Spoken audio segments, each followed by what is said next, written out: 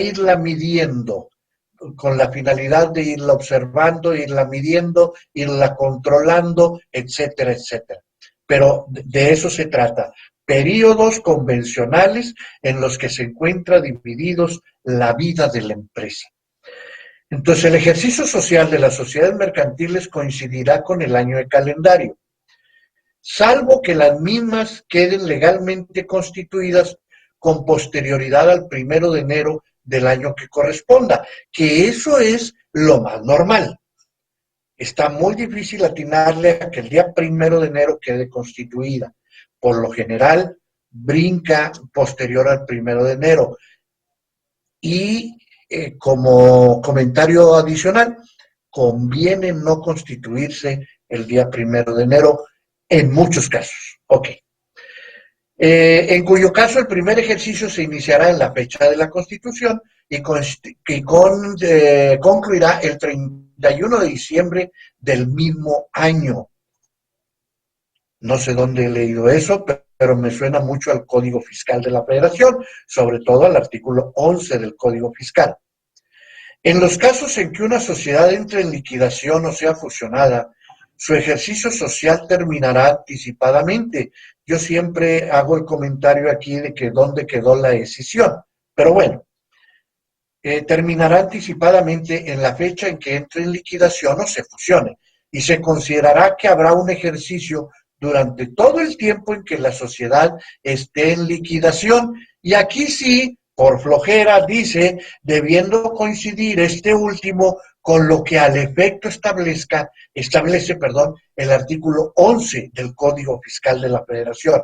Es decir, váyanse ahí al Código Fiscal para hablar, cuando estemos hablando de un ejercicio de liquidación, y allá me da todos los pormenores que observar para el caso de un ejercicio en liquidación.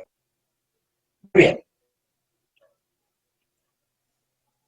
El artículo 16 de la Ley General de Sociedades Mercantiles me habla ya del reparto de las ganancias, me habla de las utilidades, me dicen el reparto de las ganancias o pérdidas.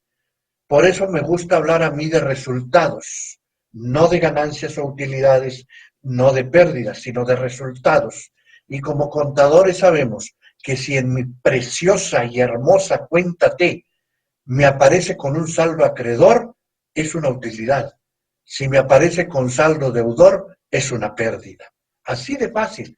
Pero el nombre adecuado para mí debería de ser el resultado del ejercicio. En fin, el reparto de las ganancias o pérdidas se observarán, salvo pacto en contrario, las reglas siguientes.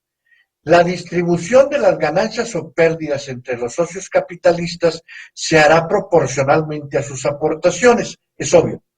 Al socio industrial corresponderá la mitad de las ganancias y si fueran varias, esa mitad se dividirá entre ellos en partes iguales. Y el socio o socios industriales no reportarán de las pérdidas. Interesante esa situación. Si hubiere pérdidas del capital social, este deberá ser integrado o reducido antes de hacerse repartición o asignación de utilidades. Es decir, yo tengo varios ejercicios con pérdida fiscal, que es lo común, y estoy hablando de pérdida fiscal, que no es la contable, que es la que aquí importa. Pero por lo general, como dicen los doctos en MIF, todo mundo ve la contabilidad fiscal y se olvida de la contabilidad financiera. Que no más que no generalicen, porque no es cierto, todo mundo no. Entonces, aquí se refiere a la contabilidad financiera, pero como llevamos por lo general, o en la mayoría de los casos, se lleva contabilidad para cumplirle al fisco nada más, y esa la amarran o la hacen amarrar con la contabilidad financiera, prácticamente tenemos que mi resultado fiscal es igual a mi resultado contable, muchas veces, ¿ok? Entonces, como estamos acostumbrados a que tengo un contador muy bueno, porque cada año tengo pérdida fiscal, y entonces es una chulada. y por lo tanto mi balance general tiene una pérdida contable.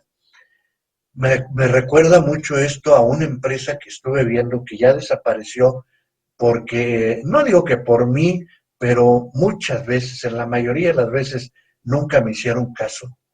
Y me acuerdo yo que cuando empecé a ver esa empresa, la dictaminaba otro despacho. Y me acuerdo que pedí el dictamen, era una empresa pues grande, tenía ingresos alrededor de 600, 700 millones de pesos, cuando empecé a verla. Y entonces pedí el dictamen para ver los estados financieros y dije, qué bárbaro. Traía un capital social como de 100,000 pesos, algo así. Y traía aportaciones para futuros aumentos de capital, ni para qué decirles, una cantidad inmensa. Y traía también unas pérdidas enormes. Y entonces, actas de asamblea, no, pues no hay. ¿Qué pasó? Y entonces el auditor que revisa. A ver, hay que reconstruir actas de asamblea, hay que todo el show corporativo. Y me acuerdo que empecé a darle una revisada del por qué la pérdida, y era una cosa técnicamente increíble. Y era un auditor que dictaminaba estados financieros para efectos fiscales. Entonces, me acuerdo que una vez los bancos le solicitaron estados financieros dictaminados para efectos de renovación de línea de crédito. Y lo primero que le dijeron es, oye, ya no tienes capital social. Traes un capital social de, no me acuerdo, creo que eran 100,000 pesos y traes pérdidas millonarias. Ya no tienes capital social, ya no tienes capital contable. ¿Qué puedo hacer con eso? Pues haz un aumento de capital.